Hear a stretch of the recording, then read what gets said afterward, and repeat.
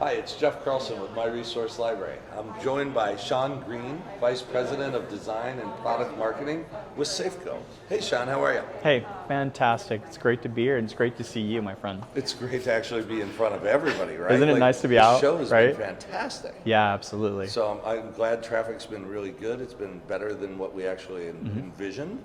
But I want to know a little bit more about what you've got going on here with Safco, because the showroom was packed 5 minutes ago. Great question. Yeah, so here at Safco, we have given a lot of care and consideration to what we see is happening in the environment. So undoubtedly, there's a lot of uncertainty about what's going to happen with the state of the office, return to the office, stay home, what will work be like, how do we focus on different vertical markets, how do you approach the business moving forward, and all this uncertainty.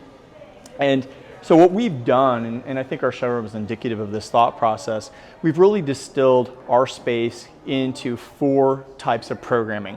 Areas where you can focus, learn, share, and create. And we've kept the language very simple. We're not as concerned with the nuances between vertical markets. We're more concerned about how people learn, share, focus, and create, and relate to one another in this sort of post-COVID, continuing COVID world. Yes. And so a good example of that is this new product concept that we're calling Resi Boundaries. I've wanted to do something like this for a number of years. And the idea is how can we use storage as a space delineation or an element to define and divide space in a more artful and architectural way, as opposed to a panel system.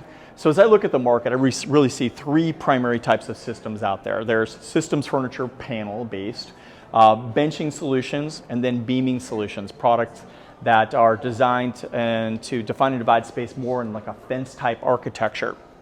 Panel systems for a long time I think have been a challenge for me mentally because of all the redundancies. You have a panel and then you bring your storage in and your work surfaces, and for the most part it's static, doesn't reconfigure.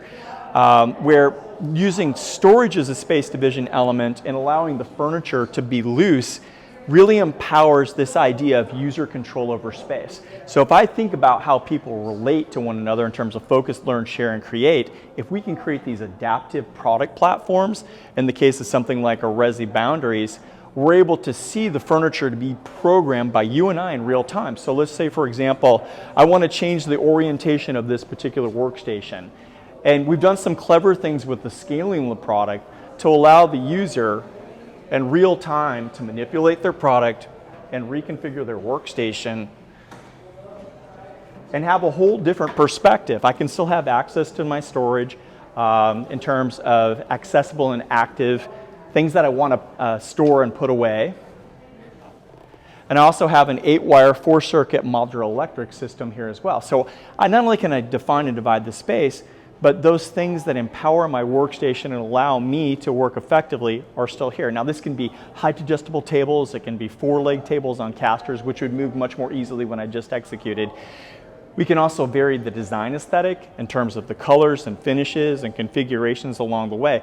But what I didn't want to see was just another ancillary storage solution. I wanted storage to be the basis of design for a modular system. And in that regard, this ships 100% knockdown, very small boxes, ships flat, goes together really quickly with one tool, and can be configured and reconfigured time and time again. And what's really beautiful about this is at the end of its life cycle, because of the way it's designed with that simple tool, I can take my aluminum parts, my steel parts, my composite parts, Zentra and so forth, and break it down and recycle at the end of its life cycle. Nice. So it's got electrical that's built into it. Yes. That's fascinating. So like you see all the different things that are out there, but this one actually has the electrical components needed. Absolutely. A good example of that over here, Jeff, is you can see along the way, this is a really good example. We could make this contiguous. We can come in from a floor monument, or we can come in from a column. We don't express it here, but we also have the ability to come in through a ceiling drop. Okay. So in that regard, kind of think of it as if I were planning with a panel system with an 8-wire 4-circuit system or a 10 system, or whatever the case may be, this is and does, and is a surrogate for a panel, but it does it in a more artful way. So if you think about having access to natural light and visual egress, but that personal space delineation where storage isn't redundant and being panel wrapped is really key. From a programming standpoint, we kept it super simple. They're 24 inches deep by 30 inches wide and in 3 heights. And what that allows me to do is to align my work surfaces, standardize on one depth and one length of surface. And basically, if you think about it, I don't know if you ever played the video game Tetris. Yes. But it's Who a lot. hasn't? Yeah, but it's a lot like Tetris, where Yep. you have these things that basically cascade and come together, delivering what we feel is unprecedented flexibility in terms of a system. It's fantastic.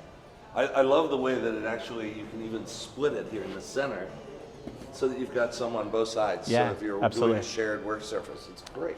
Yeah, absolutely. And there will be different types of configurations that are pre-configured. And, you know, because I'm really empathetic to designers, and I know how difficult it is to get up to speed on a new system. So we'll literally have A, B, C, D, E, F, G configurations of product. All you've got to do is specify the colors, and it'll be as simple as one price point with power, without power. Are these connected together, or are they freestanding apart? There will be 2 ways. That's a great question, Jeff. There will be 2 ways this can be programmed.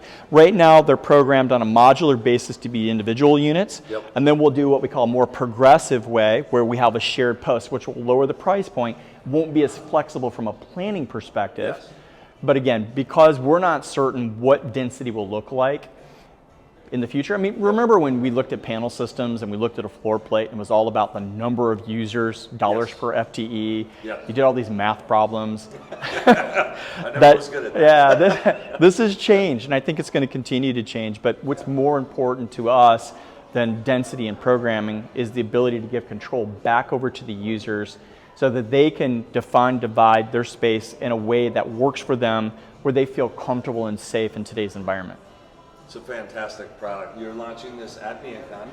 Right. This It's is available when? This is a preview, so we're looking from an order acceptance standpoint in April. April? Right. Fantastic. So it's got, let's see if I can see, you've got divided shelves, you've got shelving, you've got boxes, Yes, you've got sliders down here which have probably the storage, correct? they Yep. do. So, and That then is actually felt. that is actually a PET material, and so PET, that's sorry. that's a PET material. So high performance PET material. That is a recycled material. Again, we want a real strong environmental story with this, but we'll also have the ability to mix it up from an aesthetic standpoint to have, let's say, for example, those bypass doors being an acrylic or a wood or even steel. Because we want something that gives designers an opportunity. If you remember when monolithic panel systems were somewhat superseded by segmented systems, Yes. so you could vary the aesthetic plane. Yes. This really pays homage to that and allows for that varying degree of visual interest, if you will, based on the materiality. So it's more than just choosing a different fabric. You can actually vary the materials. Nice. And we'll offer those in a much broader expression over time. And then at the end of its life cycle, all breaks down, All breaks down. all recyclable. Yeah, you put it in the proper bin. Wow. They've got aluminum here, steel here, whatever the case may be, depending on the materials that are used. That's fantastic. About how long did it take you to set it up? You're going to like this. So, total transparency, I joined the organization about 4 months ago, and it was an idea that I had in my head when I started in the company. Yes. And fortuitously, we've got such a nimble and creative team that they hit the ground running. We took this from concept to what you see here on the floor in Chicago at NeoCon in 4 months. Wow. Yeah, That's so my impressive. hat's off to the team. I mean, Safco Yeah. is just a great organization when it comes to creativity and doing something different, Yes. and willing to step into new ideas and new concepts and be responsive to what we see happening in the market in real time. Yes. It's beautiful. It's absolutely beautiful. I love it. Thank you. What else you got that's going on in the showroom beside, in addition to, because there's a lot in there. Anything else you want to talk about?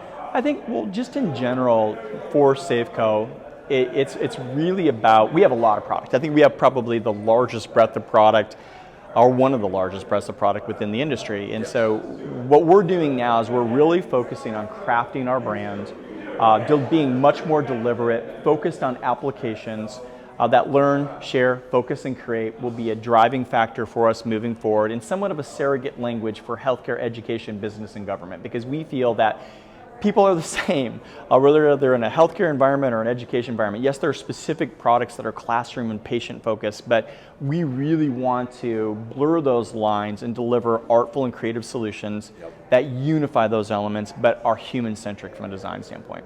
Well, we've known each other for, I don't even want to say how long now. Long time.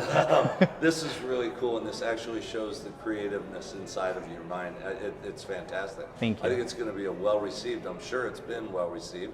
We're on day 2 of NeoCon. Yeah. So yesterday was a pretty busy day. Today's a pretty busy day.